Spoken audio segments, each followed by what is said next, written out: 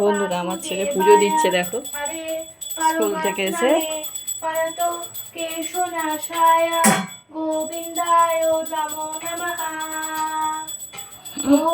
চলো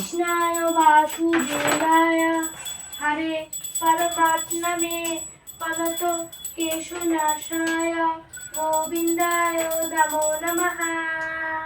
হয়ে গেছে না, ঠাকুর ঠান্ডা লেগে যাবে বা। আমি এই যে স্কুল থেকে ছেলেকে নিয়ে এলাম, আমি ঠাকুরের বাসন টাসনগুলো ধুয়ে রেখে গেছিলাম, আর তুলসী মঞ্চে জল দিয়ে গেছি, ফুল দিয়ে গেছি। ও এসে এবার ঠাকুরকে, নাড়ুগোপালকে চান করাচ্ছে দেখো, চান করিয়ে এবার খেতে দেবে, ঠাকুরকে ফুল দেবে। আর ধূপ তো জ্বালতে পারে না, আমি ধূপ জ্বেলে দিয়েছি। মানে আমি যখন স্কুলে আনতে যাই তখন ধূপটা জ্বেলে দিয়ে গেছিলাম। এ বাবা হয়ে গেলে আয়, হ্যাঁ আসতে না।